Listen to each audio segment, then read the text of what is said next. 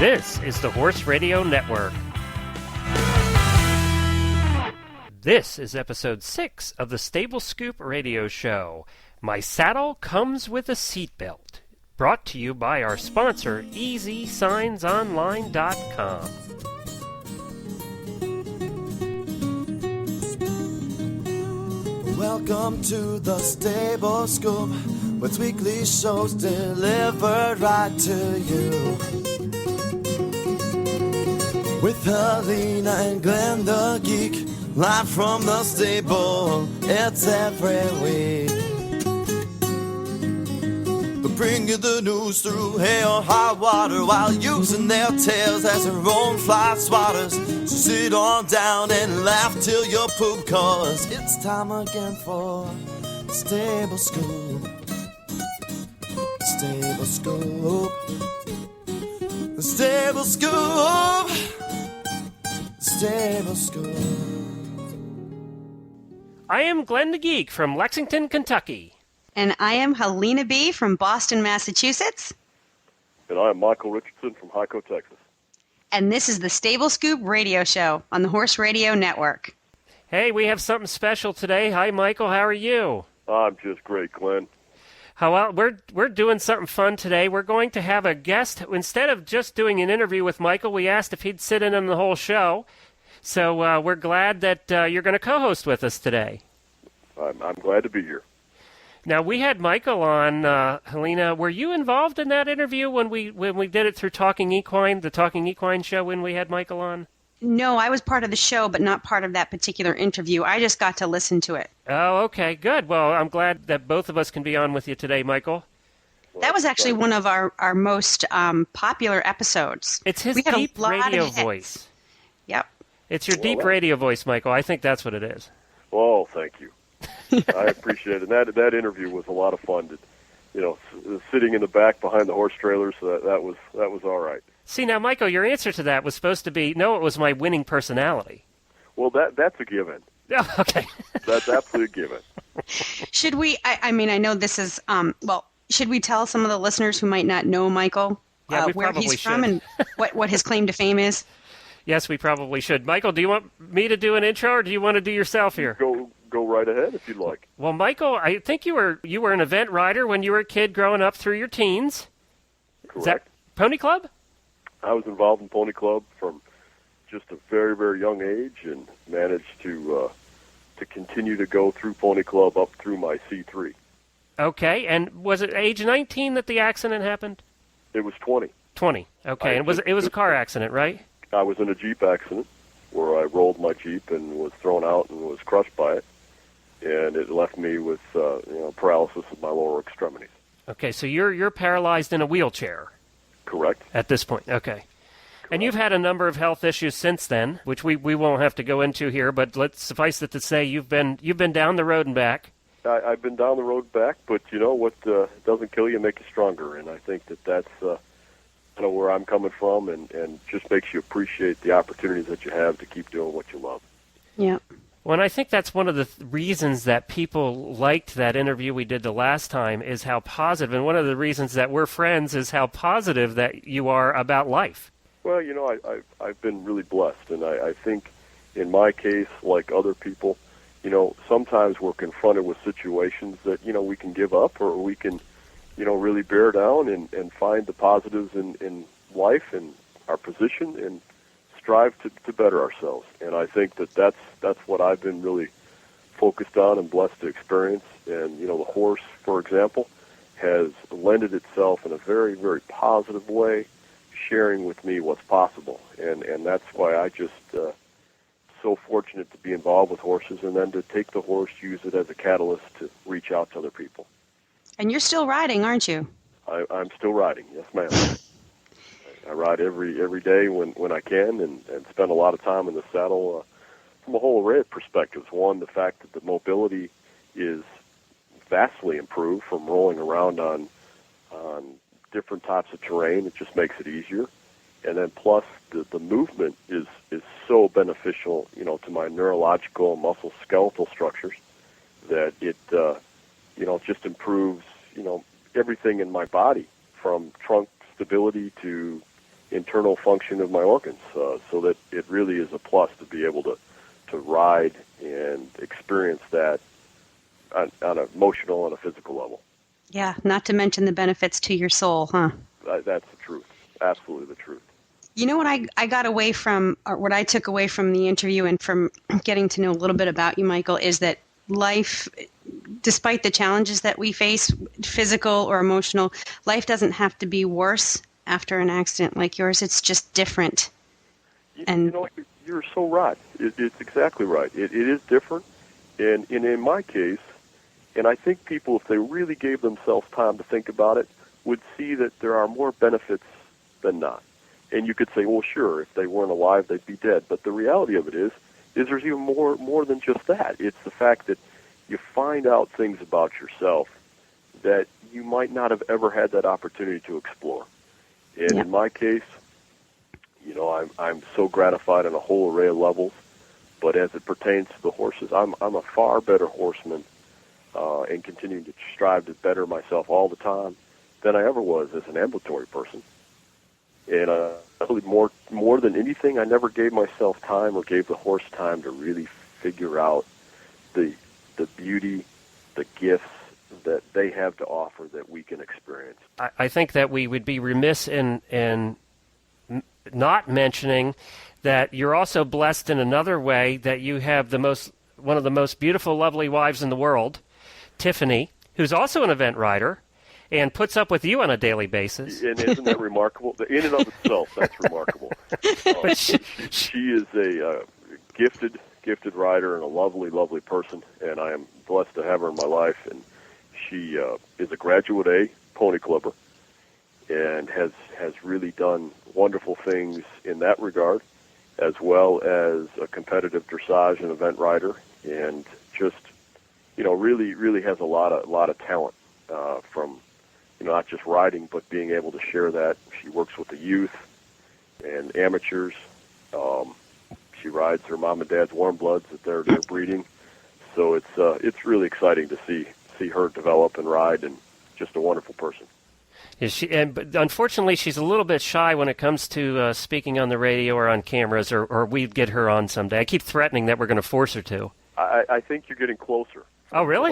Yeah, I think she would do it for you. Oh, well, there we go. She is a super person, and she travels with Michael. We should mention that Michael does the circuit, or not does the circuit, but actually goes out and does clinics around the country for different farms, and pretty much anybody that wants him to come out. That's part of what you do for your business, right?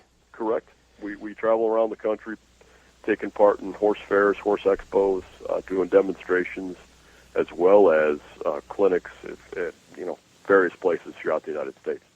Well, great. We'll talk a little bit more about that as we go through the show. But, Helena, what is coming up today? Well, first we have to give a shout-out to Horse Illustrated and HorseChannel.com for highlighting Stable Scoop Radio on their website. We got top billing on HorseChannel.com, so check it out. They did a great article on us, actually. They almost made us sound good, Helena. Oh boy, we better not mess this up. I know. Actually, they made us sound like we're very controversial, so I think we should argue more. Okay, that's easy. Yeah, it shouldn't be a problem. I don't know about Michael, and he doesn't seem like the argumentative type. No, he doesn't. No, I'm not, but I'll surely sit back and let you go at it. Okay. Well, we do appreciate HorseChannel.com for doing that, and we'll make sure that we have a link back to them on our site. And coming up on today's show, we've got news from around the nation, and, some good stuff from Hong Kong. We have Website of the Week, which is the North American Riding for the Handicapped Association, NARHA. We have listener emails to share with you, and whatever Glenn and Michael and I come up with today. All right, sounds good. Let's get to the news. All right, we're going to start out with news from Hong Kong. We have U.S. riders looking forward to freestyles, Great Britain orchestrates gold medal performances, and this is all from the 2008 Paralympic Games in dressage. Helena, we should also mention that we're actually recording this a little early. We're actually recording this on 9/11. It won't be posted till the 19th, so if you're going, well, that's over now, it's because I'm going on vacation next week, and we needed to record it a week ahead, so forgive us for the delay in the news. This is I'm going to give you a brief overview of some of the successes from Hong Kong. So what we have is the first medals were handed out at the 2008 Paralympic Games in Hong Kong. Unfortunately, there were no medals for the U.S., but over the next couple of days, they'll ride their freestyle tests, and then after that, U.S. riders are going to be focusing on the World Equestrian Games in 2010. We have a gal, Barbara Grassmeyer of Placerville, California. Apert syndrome, and she's looking forward to the freestyle on Thursday. Apert syndrome is a genetic defect that results in malformation of a person's skull, facial bones, hands, and feet. It's a very rare birth defect, but obviously people with it can go on to do such wonderful things as compete in Paralympics in dressage. So she's been riding her 14-year-old Dutch warm blood, and she's out of Placerville, California. Now, in her division, the medals were bookended by Germany. So we had a German rider by the name of Hannelore Brenner, and she was on a horse named Women of the World, and Bettina Eistel, who rides beautifully despite having no arms, and she was the bronze medalist. And the photo that you'll see on our website is actually of Bettina Eistel. And she was actually, looking in the photo, she's holding the reins with her mouth. And it looks like she's got a little control with her feet as well, which oh yeah, I didn't see that before. Is fascinating. And just looking, that horse is gorgeous. There's another rider named Keith Nuerla, if I'm saying that correctly. He's from King of Prussia, Pennsylvania, and this was his first chance to ride in the Paralympics. And interestingly, he was riding a horse named Walk on the Moon, who was owned by David O'Connor. And now Keith didn't place, he didn't get any medals, but this was also the first time for the thoroughbred for Walk on the Moon in the Paralympics. So Walk on the Moon is a former event horse, but this is the first time he has performed in the Paralympics. Interesting, Keith, who has spastic diplegia, which is actually a form of cerebral palsy, and that affects a person's two legs, which makes walking very difficult because of tight muscles in the hips and legs. And I think it's important to kind of describe these riders, these Olympians, what their disability is, because it just shows how challenging and how much a person can overcome when they're working with horses and when they're motivated by athletics. And Michael, you're a perfect example of that. Plus, Michael, we had on a couple of weeks ago Anastasia Burke from California, who out of the blue went blind at the age of 36 while out feeding her horses, and she has also said she claimed that was the best thing that's ever happened in her life. I agree. It's always interesting, when you are confronted with a situation that can really set you back and take control of your life, the positives that can come of it if you allow yourself to experience it. There's another U.S. Paralympian. Her name's Lynn Seidemann. She competed as well in Hong Kong in the 1B division, and she had a really interesting quote. She said, well, first, let me say that she's a paraplegic, and that was a result of a skiing accident from more than 20 years ago. And she says that riding gives her back some of the freedom she used to have on her own legs. She says, I feel like I'm not disabled when I ride. I feel like I can play again. And again, I think that's such an important quote because it applies to disabled riders as well as able-bodied riders, that horses bring us together as human beings. They don't see our differences. And in that, they offer us a freedom from the everyday challenges we face, whether they be with our bodies or our souls. So I thought that was a very telling quote. That is absolutely, that's it. Right?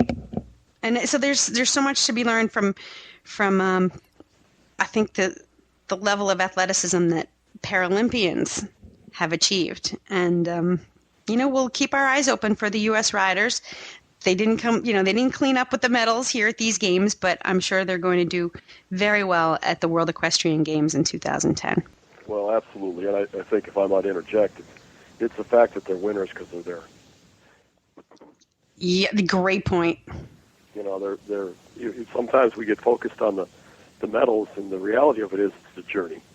And if we can enjoy and thoroughly consume ourselves with the positive aspects of the journey and moving forward, that's where the gratification really comes from.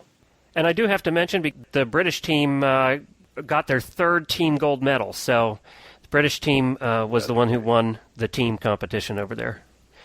And you can see all the results at equestrian2008.org. Right, and we will post links to the Paralympics and information on the website. That sounds good. Now, Mike, weren't you part of the Paralympic team at one point, or trying to? I was fortunate enough back in the 90s to participate in wheelchair track and road racing, and was fortunate enough to compete on a national level, and then moved up to an international level and was on the provisional team to go to Barcelona in 92. Wow, that's great. And you actually, that's why, by the way, everybody, that's why he has the arms the size of tree trunks. No. I think it's from pushing the wheelchair around in sand all the time in arenas, too. Yeah, well, that surely is, that helped, yes. Yeah, I've seen you struggle through that. That doesn't look like much fun to me. No. No, the sand is tough. It provides a challenge for sure. After that point, did you continue road racing at all? I did. I ended up, unfortunately, due to an injury, I was not able to go and participate in the 92 Olympics, and then I ended up retiring from competitive wheelchair racing in 95, and that was mainly due to the fact that, my injuries weren't healing, and it was time to kind of reevaluate and see if that's what I wanted to continue to. I was appreciative of the opportunities, and surely from the competitive aspect, I thoroughly enjoyed it and thrive on that. But I've just turned that into other things and channeled it, and the horses have provided and continue to provide the gratification that I experienced in racing in a different way, but surely it's there. All right, great. Well, then take ourselves out of Hong Kong and bring ourselves to Lexington, Kentucky, where last weekend there was an interesting show. It was the Endangered Breeds show, and my wife was actually there, and she said it was fascinating to see all the breeds that you never see anywhere. They brought some in from all over the country, and even there were some coming from Canada and some from England. So there was quite a variety of horses. What they look for are horses that there's only a few hundred left in the world. So this is a very unique show. A couple examples of horses that were there was Rosie, a 10-year-old Dales pony, imported from England. She's the only one of her kind at the show, and there are only about 300 mares in the world of the Dale ponies, which I didn't realize because I have seen one of those before. Yeah. Newfoundland ponies came down from Canada for the first time. They put in an appearance. And then adding atmosphere to the show, apparently the National Zoo, which I believe is out of Washington, D.C., came in to promote their rare, what they call equids. They had a zebra. They had a Persian. Last week we couldn't talk and pronounce names. This one's getting me this week. An onager. Onager. Have you ever heard of that, Michael? I have, but I don't know much about them. Yeah, I will put a link to the show notes. We'll find out something about it in the show notes we'll put, because none of us have anything to contribute on that. And the Przewalski horses, of course, that a lot of people have heard of because they're the true wild horse in the world. They were the native wild horses. So other things that showed up were horses that had direct proof that they had prehistoric ancestry. And one of them was the Exmoor. It's an endangered breed from England and considered the oldest and purest native pony breed in the world. Now, I've heard a lot about Exmoor ponies, but I didn't think that they were endangered. It seemed like they were everywhere. Apparently, they're still an endangered breed. Caspian horses, they predate Arabians, actually, and were thought extinct until 1965. And apparently there's a few of those around now. And then I'll let Helena say the next one, because I'm looking stupid not being able to pronounce names. Oh my gosh! Thanks a lot, Glenn. Oh, this is how I've always said it. The Akaltiki horses. They're descendants. That's the ones you're talking about, right, Glenn? Yep. Yeah, Akaltiki, descendants of ancient Turkish war horses. Now, I want to remind everybody that this is coming from a person who thought Schenectady was the way you actually pronounced Schenectady, New York. Oh, okay. And you notice Michael's being quiet. He's not adding anything to this conversation. I grew up in New York, and for the longest time I thought Schenectady was pronounced Schenectady. So who knows whether or not Akhal-Tiki is right. So we'll have a link in our show notes to the story about that. I just thought it was fascinating, and Jennifer, my wife, she said it was absolutely cool to see all these different breeds at the park. Apparently, it was quite a big show, and they compete. They have different classes that they do, and it would have been fun. Next year, I think I'm going to try and get out for it. All That right. sounds pretty and good. Speaking of shows, We have coming up in October the American Quarter Horse Congress. We talked about this a little bit in a previous episode. This is one big horse show. More than 16,000 horse show entries, and it's going to be in Ohio. We'll put some links up to it again. But what I wanted to mention this week is that in my research, I found a really cool website which lists hotels nearby. So if you do plan on attending the Quarter Horse Congress, it's Columbus, Ohio. This website will list links to every hotel, how far it is from the event site, what the price is, and a brief description. And it's all pretty much in one easy-to-view page, which I thought was a fabulous resource. So we're going to put a link up to that website, and I do hope you guys plan on attending. If you're in the area or if you have time to travel, it's going to be one fabulous event. And I think, Michael, you've been to Quarter Horse Congress before, right? I have. I was fortunate enough to go and do a presentation on therapeutic riding at the Congress. And it was a wonderful opportunity, and on a couple different aspects. One, the fact that people are that interested to know more about therapeutic riding and the significant role that the horse plays, and the fact that it was so well received that you just think at an ambulatory show, for example, that they might not be as interested, and it was quite the contrary. It was great. now, do you ride quarter horses, Michael? I do ride quarter horses. Do you? I didn't know that, actually. Yep, I do. Quarter horses are really helped me in the respect that growing up riding warm bloods and thoroughbreds particularly, the movement is too big for me to comfortably ride those horses to the extent that I do, and as far as demonstrations and things of this nature. Right. And so consequently, that lended in a positive way to finding some other breeds that might be conducive for me. And I tried Arabs for a while and Morgans, and have ridden some thoroughbreds post-injury, but the quarter horse is a very nice compromise, in not a negative way, in a positive way, of all those different breeds that I've been able to ride from a mental and a physical aspect. Now, of all the quarter horse traits, what would you say is your favorite or makes that breed stand out for what you like, for what you need? From my perspective, their temperament is conducive for me. Their movement isn't as big, but it's similar to the thoroughbreds and the warm bloods, and I ride. And I have to preface that by saying that I ride all English type quarter horses. They're all 15-3, and the movement that I look for in the quarter horses is similar to that. Yep. Flowing through the shoulder, really nice engagement. Because of I use them to demonstrate movements, both reining movements and dressage movements.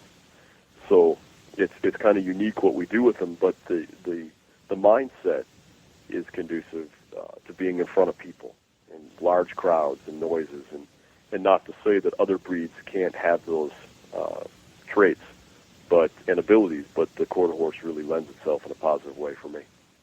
Now, when you're at the Quarter Horse Congress or a show like this, I'm guessing, but I'd love for you to confirm that you really get the opportunity to see just how versatile the quarter horse is in a show like this.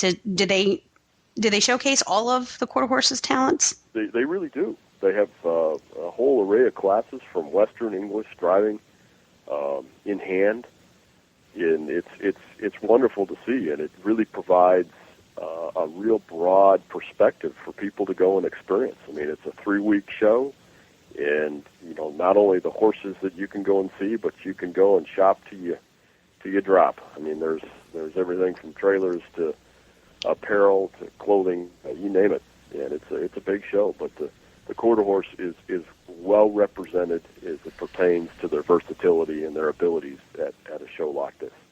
And I wanted to mention, too, that you can... Michael, I have a question. Do you ride in an English or Western saddle, or a custom-made, or...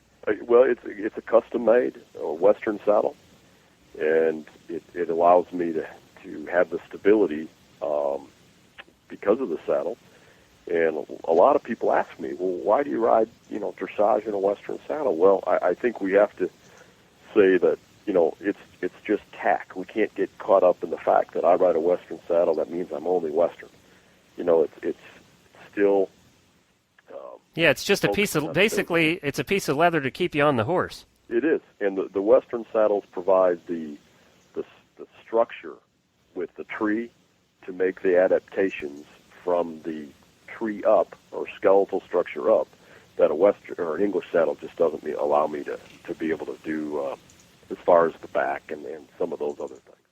So your saddle probably looks more like the old military saddles then. Well, it does. With the higher back?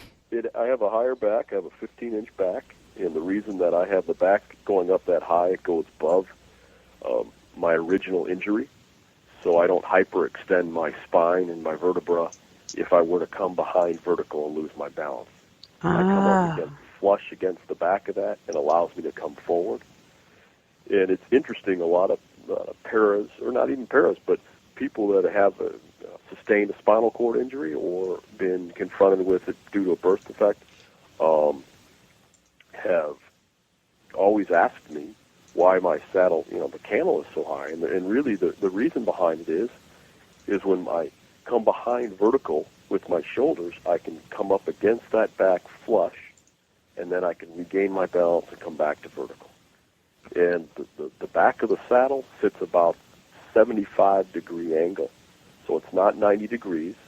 It's just back a little bit, which allows that energy to go down through the saddle, absorbed into the horse in a non-adverse way, and then allows us to continue to go forward. So, yeah, and, I do want to mention here that, Michael, you still are open. You have some openings for doing clinics. We don't want to be remiss in mentioning that we'll put the links on our show notes. But what website should they go to if they want to get in touch with you? It's www.brokenrranch.com. And you can see pictures there of Michael and his beautiful wife jumping and riding and doing their thing. And also your schedule's on there for where you're going to be next. Correct. And we're always open to entertaining potential interest to travel. We travel about 70% of the year. Probably 60 of that is hauling horses. And I take my horses everywhere I can and demonstrate the things that have allowed me to do what I do, and I share in the clinics. Now you're teaching privately as well. Is that true? Correct. Can you tell us a little bit about, I know the backstory behind this, but I think our listeners would be interested to hear the certification process that's required by the NARHA and your saddle. There's a little bit of a conflict there, isn't there? Just a little bit. As it pertains to NARA, yes, they don't promote any adaptive saddles in this case. And my saddle is unique in the respect of the back, like we've just mentioned. I also have some rip cords that you can pull that releases the girth from the saddle, and the rider would go down to the ground with the saddle in case you have emergencies. Okay. But the saddle has a safety belt that goes around my waist and allows me to keep my pelvis level, to evenly distribute my weight through my seat bones, and sustain my balance. But all of this seems like logical. I mean... Well, I think it comes down, and I agree with that, Glenn. I think it comes down to personal preference and where the needs are. I mean, you have a seatbelt. Okay, I can understand the thing about the seatbelt, but you also have a release mechanism to release the entire saddle. Correct. So I think that compensates for the whole seatbelt thing. Well, I would think so, and that surely would be a debatable issue. The other aspect is the fact that the question always comes up. If you're in a riding situation where you have sidewalkers, for example, and you don't have any adaptations on the saddle, such as a seatbelt, and the horse were to jump sideways, an individual like myself is going to lose their balance and probably come off. And I don't think that a sidewalker, although they would like to, is going to be able to catch a 175-pound person that suddenly loses their balance and falls off. Now, not to say they wouldn't try, and not to say they wouldn't be successful at it, but my thought is with the adaptations, I can ride safely and maximize the potential that I or someone like in my situation would have to be able to ride effectively. Right. Not to mention the confidence it gives you.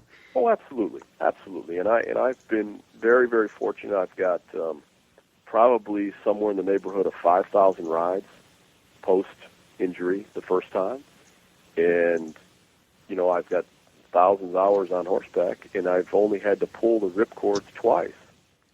And, well, actually 3 times. 2 were out of necessity. 1 was in demonstration and to show, and I was grateful for that. Well, and that's better than most able-bodied riders over a 20-year period of time. That's way better than me in a week. I think it lends itself in a positive way, and I'm grateful for it. I know as an ambulatory person, I came off a lot more than that. And it's but mind you, I cover all the bases. I start my own horses. I expose my own horses. I thoroughly develop them, and part of that development is riding. But my riding is focused on exhibitions, demonstrations, and always in front of the public, whether it be at a horse fair or a horse expo. So I have to really make sure I've covered all the bases, dotted the I's and crossed the T's to do what I do, and provide the opportunity to be as safe as possible. Well, that's great, and that leads us beautifully into I threw the next story in because I knew Michael would have some opinions on this. I've seen Michael train horses. He's one of the most gentle horse trainers I've ever seen, and this just worked beautifully. Plus, it's a plug out, again, to horsechannel.com, who highlighted us on their website, but Sharon Biggs wrote an article over there called Pet Peeves of Dressage Judges. You can find it at horsechannel.com. We'll have a link to it. But she talked to a couple dressage judges to find out what their pet peeves were, and I thought a couple of them were fascinating. Marielle Barnett, who is an FEI and a USEF judge, said riders that give horses conflicting aids and then are unhappy with their horses because of poor performance really bother me. When I see a rider pulling on the reins and kicking or hitting the horse with a whip or digging in with the spurs, there we go again, Helena, I feel sorry for the poor horse. What also gets my goat is when riders are not prepared to ride the level that they have chosen to compete. Is that a classic or what, Michael? Oh, my. Well put. I agree with that. And I think to sum that up, I would have to say that sometimes it's hard to look in the mirror and see some of the flaws that we all have as it pertains to what you just said, that more times than not, horses get the blunt of us not being able to look in the mirror. Sorry, Michael, when you're helping, when you're working in a therapeutic riding situation, do you help other disabled riders? I do. Not near as many as you might think. Okay. It's a very small percentage. More times than not, at an expo, for example, I'll meet some people or know somebody that knows somebody, and always love and very interested to share. I'm open to having people come out to our ranch or on the road, whatever it may be, but not near as much as you'd think. Probably 99% of my clientele is ambulatory riders. Okay. And a large percentage of that are competitive riders that are kind of looking for assistance in pinpointing, if you will, some of the areas that they're having some trouble with.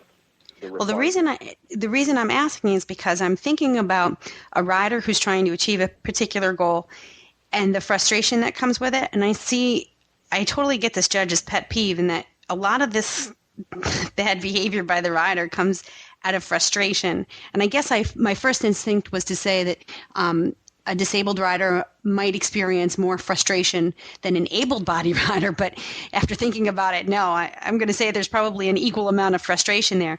How do you help your students deal with those frustrations so that they don't turn into the type of riding that we're talking about here, which really annoys this judge? Well, that's a great question. And I think more than anything, across the board, is helping people develop a mindset that's going to be conducive to be successful. And as it pertains to horses, understanding thoroughly what it is you want to accomplish. because the more confident, the more cognitive we are of what we want to accomplish, it's going to be easier to present it to the horse. And then having the understanding of presenting it, backing off, and letting the horse kind of try to figure it out. Sometimes riders, we tend to get so focused on the objective that we've, again, lost the means of some of the subtleties, the nuances of being able to get there. Right. And it truly is a partnership. Well, And go ahead, I'm sorry. Well, no, I was just going to say that what you just said, the other quote that I wanted to give today was by Louis Eukins, who's an FEI USEF judge, and that quote was, "It's fairly easy to see an inexperienced rider and understand the basic mistakes. My biggest peeve is seeing trainers make big, ugly moves that destroy the horse's confidence and produce a picture that less experienced riders emulate. When I see a rider trying to outmuscle the horse and the horse having to give in, I get very angry." Well, I think that's great as well, and I see that a lot. And I'm in a perspective that it lends itself in a I think a positive way to sharing with people that you don't need to do that. You know, I've got a horse that is exceptional, and he does upper level movements, dressage movements, and he's never had a bit in his mouth.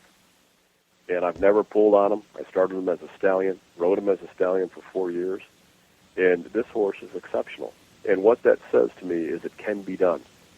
And I had a lot of people say, well, that horse isn't going to be able to do that because you're not using your legs, or you don't have a bit in their mouth. And quite the contrary. And I think that lends itself in a positive way to helping people see the fact that if we would just give ourselves the time, give the horse the time, it will be successful. You know Stacy Westfall, don't you? I do. And, of course, she is the epitome of what you just said. Yep. I mean, she rides, does those beautiful, now she does Western, but she does those beautiful tests, really, or the freestyles, without reins. Mm-hmm. I mean, with nothing. Yep. She's a wonderful, gifted rider, and just an outstanding lady in her own right. But she does a beautiful job, and I think it really emulates the fact that we can be successful if we can just, again, thoroughly understand what we want to do and be open to the process and be open to the horse and enjoy that journey within that relationship. So, Michael, what kind of bridle do you ride with in this particular horse without a bit?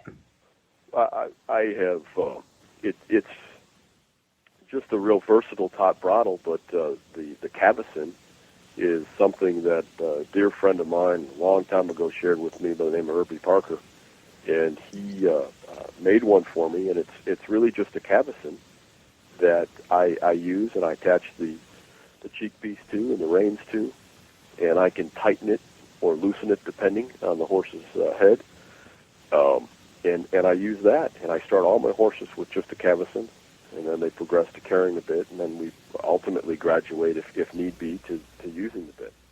So you're having the same conversation with the horse, just you're not using a piece of metal, you're using pressure, instead of in the mouth, you're using pressure on the face. Is that right? Well, correct. And okay. The pressure is applied in such a way that in a very kind manner, that I take up a few of the reins and I wait for the horse to process the information and ultimately yield their muzzle, and we build on that. That's awesome. All right, and I think that we'll have to move on here to get through the show, or otherwise we're going to be here for 2 hours today. Well, we are talking about horses, Glenn. I know. But I did want to make sure that we mentioned our website of the week, which is the NARHA. That's the North American Riding for the Handicapped Association, and their Horses for Heroes program. And what that is it's a handicapped riding program, but it's designed to help the veterans who are coming back from Iraq and again Afghanistan, the ones who've lost arms and legs or are just depressed. They're going through all the stuff they go through when they come back from war, and this program actually helps them deal with the traumatic experiences that they have to deal with. And apparently it's been very successful. Have you heard of this one, Michael? I have heard of it, and I have had the opportunity to see a little bit of this, and it's absolutely incredible to see the horse with the empathy that they possess and the kindness that they possess really touch these individuals in helping them, lending in a positive way, these individuals kind of reacclimating themselves to environment different than what they had experienced in a war-type situation. The dressage groups around the country now are getting involved to help raise money, and they are needing money right now, and we'll put the link to their website, and we encourage everybody who can give $2, $10, whatever it is, towards this program. I just think it's a wonderful cause that and it's a group a lot of times just gets forgotten. Unfortunately so, and that's a shame. And let's hope that doesn't happen this time, and we all have to be stewards of helping these individuals because of the cause and what they've done and the sacrifices. And you know what? If they had a great big sign posted out along the highway from EasySignsOnline.com, then probably they could increase their fundraising efforts. We thank EasySignsOnline.com for being one of our sponsors. Their unique website utilizes an easy step-by-step ordering process where you can choose the options you want on your sign. You just go through and pick them all. It shows you the prices right there so you know exactly what you're getting. They have signs for farm, ranch, business, or home. They can do entrance signs, magnetic vehicle signs for your farm, whatever you need. Vinyl banners, outdoor signs, stall markers. They have it all. They have great prices, and you can visit their website at EZ, that's the letters EZ, signsonline.com, or you can call them toll-free at 1-800-640-8180. That's 1-800-640-8180. 8180. How'd you like that transition, guys? That was I was working at that. You are I was working for that one. All right. Well, this is really a great show, and I would like to wrap it up with an email that came in from a listener from England, and I'm going to read this to you. This is from Carol in Birmingham. Hi from England. Glenn and Helena, in episode 4, you mentioned horse games for your computer. My daughter is looking forward to a new game coming out here in England. It is for the Wii, and it's called Ellen Whitaker's Horse Life. It looks like it will be fun for the preteen crowd. The description reminds me of the Mary King game you spoke of. So check it out. Great show. I listen every week while I clean stalls. So again, that's from Carol in Birmingham. We'll post some information on the Isn't it comforting to know that we help people clean stalls? I mean, the more emails we get, they all say, I listen while I'm cleaning stalls. So I don't know if we remind them of manure or it's just a time killer. I'm not sure which. It's a great time to talk and chat. If you're doing stalls and you're next to somebody who's doing stalls, blah, blah, blah, blah, blah, blah, blah, chat, chat, chat, chat, chat. It's like coffee talk, only it's poop talk. That is true. And apparently poop talk. Oh, that's great. I read the description of this game, and it says, real-time horse behavior. You will have to take care of, feed, and nurture your horse. I wonder if stall cleaning's included in the game. Ooh. If not, it surely should be maybe. Well, no, you know what would happen? The dad would still end up having to clean the stall, even in the game. That's a good point there. So Wii is getting into the horse business. That's good to see. Have you ever played with a Wii? No. Oh, they're fun. They are a lot of fun. I do enjoy playing with the Wii because you actually get up and do something. Michael, you'd like it. You play tennis and all that different kind of stuff, and the remote thing is really cool. It is a fun game. My wife loves to bowl playing with the Wii. So I'd rather go out and just do it for real. If I'm going to be sitting in my living room, I'm probably going to be eating junk food and watching trash TV, not playing tennis. Well, Michael, we do appreciate you being on today with us. I do like this format. Maybe we'll do it more often where we have our guests actually sit in the entire show with us. And I do want to say again that Michael can be reached at brokenrranch.com, and we'll put that link in our show notes. Plus, Michael, we're going to put you as our stable spotlight, so we'll have a whole thing in there about your website, and maybe I'll send over a little link. Is your father-in-law still doing your website work? Yeah, he's assisting in it, yes. I have another individual that's helping me, probably working into more of a significant role. But okay, well, then maybe I'll just send you over a little graphic and a link you can put on your website back to us as well. That would be great. I'd welcome that. And you have to work on Tiffany. We want to have her on one of these shows. I will do that. I'm sure she will welcome the opportunity. All right, good. And will you come back sometime? I would be honored. I didn't pick on you too much today? No, this was just great. I can't thank you both enough. It was just a real pleasure to always meet good people and and share what these wonderful horses have shared with us. So that's wonderful. So thank you. All right. You're welcome. Our pleasure. And we want to mention that you can reach us at Geeks, Geeks, at horseradionetwork.com. If you want to send us an email, that's where you can reach us. Or you can leave us a voicemail at 270-803-0025. That's 270-803-0025. Our show notes are available at stablescoop.com.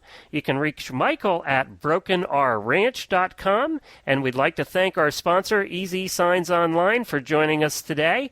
And Michael and Helena, we will see you next week. Where we'll have the scoop.